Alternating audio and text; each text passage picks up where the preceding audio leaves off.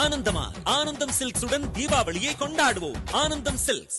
கோவையில் அமைக்கப்பட்டுள்ள மாநிலத்தின் மிக நீளமான உயர்மட்ட மேம்பாலத்தை முதல்வர் ஸ்டாலின் திறந்து வைத்தார். மற்றொரு நிகழ்ச்சியில் பேசிய முதல்வர், உலகின் தலைசிறந்த புத்தொழில் மையமாக தமிழ்நாட்டை கட்டமைப்பதே தங்கள் கனவு என தெரிவித்தார்.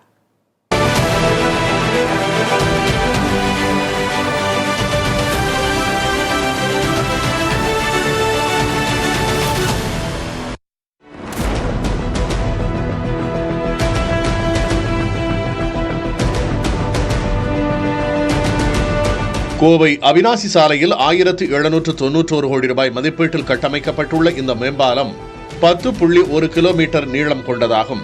ஜிடி நாயுடுவின் பெயர் சூட்டப்பட்ட இப்பாலத்தின் சிறப்பு நிகழ்வில் ஜிடி நாயுடுவின் மகன் கோபால் மற்றும் குடும்பத்தினர் பங்கேற்றனர்.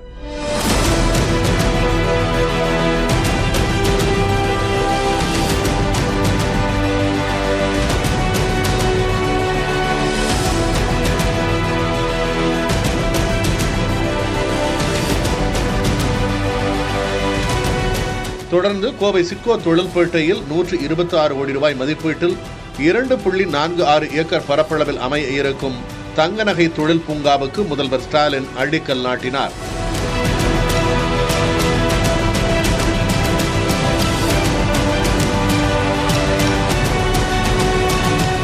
கோவை கொடிசியாவில் உலக புத்தொழில் மாநாட்டையும் முதல்வர் ஸ்டாலின் தொடங்கி வைத்தார்.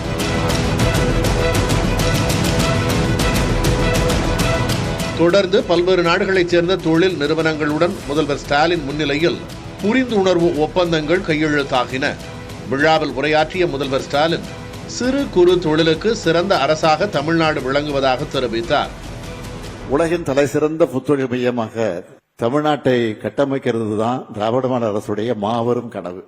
கடந்த 4 ஆண்டுகள்ல அதுக்கு முன்னாடி இருந்ததை விட 6 மடங்கு புத்தொழில் நிறுவனங்கள் ஒன்றிய அரசின் தளத்தில் புதிதா பதிவு செய்யப்பட்டிருக்கு. நம்பர்ல சொல்லணும்னா 2032 இருந்த எண்ணிக்கை இப்போ 12,000 தாண்டி உயர்ந்திருக்கு. இதுல எனக்கு பர்சனலா மகிழ்ச்சியான செய்தி என்ன தெரியுமா? இந்த 12,000 சரிபாதி நிறுவனங்கள் பெண்கள் தலைமையேற்று நடத்துகிற நிறுவனங்கள் என்பதுதான். தொடர்ந்து பேசிய முதல்வர் ஸ்டாலின், இதுபோன்ற தொழில் மாநாடுகள் தமிழ்நாட்டின் தொழில்துறை வளர்ச்சிக்கு மட்டுமல்லாமல் ஒட்டுமொத்த வளர்ச்சிக்கும் சான்றாக விளங்குவதாக தெரிவித்துள்ளார். ஆனந்தமா ஆனந்தம் சில்க்ஸுடன் தீபாவளியை கொண்டாடுவோம். ஆனந்தம் சில்க்ஸ்.